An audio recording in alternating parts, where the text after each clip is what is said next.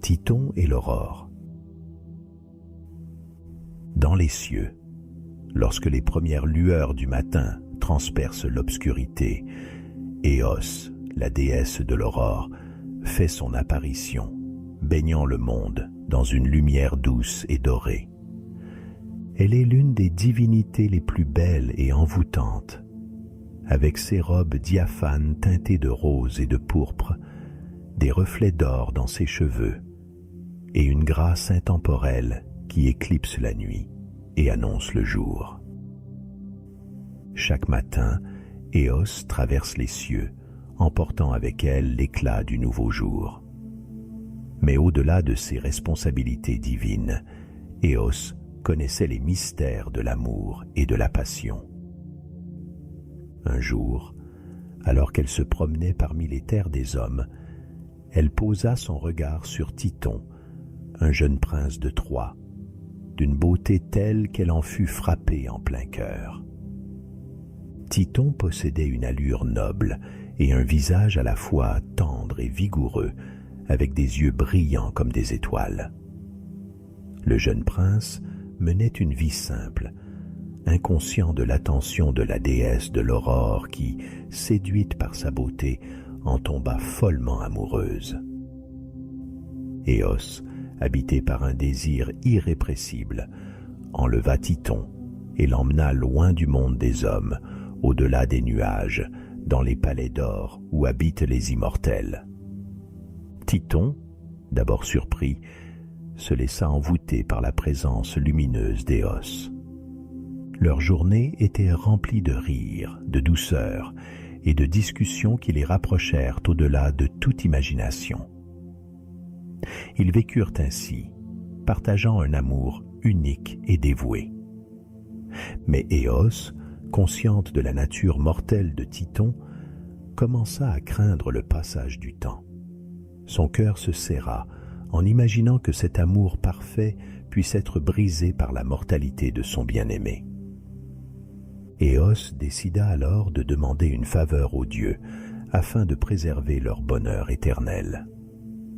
Elle s'adressa à Zeus, roi des dieux, et lui demanda d'accorder l'immortalité à Titon pour que jamais leur amour ne soit interrompu. Dans son amour aveugle, Éos formula une prière émue, mais maladroite, oubliant de demander aussi la jeunesse éternelle pour Titon. Zeus, d'un geste solennel, accepta la requête d'Éos et accorda l'immortalité au prince. Comblée de joie, la déesse retourna auprès de Titon, rassurée à l'idée qu'ils pourraient vivre ensemble pour l'éternité. Cependant, les jours passèrent, puis les mois, puis les années, et un changement subtil mais inévitable se fit sentir. Tandis qu'Éos demeurait éternellement jeune, belle et éclatante, Titon, lui, commença à montrer les signes de l'âge. Au début, ils tentèrent de rire des premières rides qui apparurent sur le visage du prince, des premiers cheveux argentés qui se mêlaient à ses mèches brunes. Mais le temps fit son œuvre, et chaque nouvelle année accélérait le processus inévitable. Titon, éternel, mais privé de la jeunesse, vieillissait sans fin, tandis qu'Éos, impuissante, le regardait dépérir lentement. Son corps se voûtait, ses forces déclinaient, et ses membres autrefois agiles se raidirent. Bientôt, il n'eut plus la vigueur pour accompagner la déesse dans ses promenades à travers les cieux. Leurs conversations se firent rares, et les rires s'évanouirent, remplacés par des silences lourds de mélancolie. Éos aimait toujours Titon, mais ce n'était plus le prince séduisant dont elle était tombée amoureuse. Elle était désormais liée à un homme vieillissant sans cesse, incapable de mourir, mais réduit à une existence misérable. Le cœur de la déesse se brisa chaque fois qu'elle le voyait, torturé par les conséquences de son propre souhait.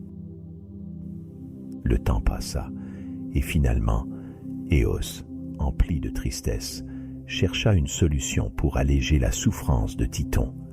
Dans un dernier geste de compassion, elle pria les dieux de mettre fin à ses tourments, Les divinités l'écoutèrent, et d'un commun accord décidèrent de transformer Titon en cigale pour qu'il continue de vivre, mais libéré des affres de la vieillesse humaine.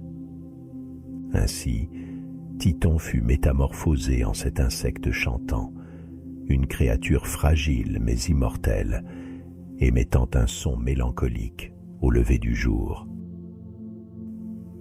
Et chaque matin, alors qu'Éos monte dans les cieux pour annoncer la lumière, elle entend le chant de la cigale, un souvenir de son amour pour le prince de Troie. Le chant de Titon résonne dans l'aube éternelle, une mélodie douce amère qui symbolise leur histoire d'amour condamnée par l'immortalité sans jeunesse. L'histoire de Titon et Éos nous rappelle ainsi les dangers d'un amour aveugle aux conséquences et l'inexorable passage du temps, même pour ceux qui croient échapper à la mortalité.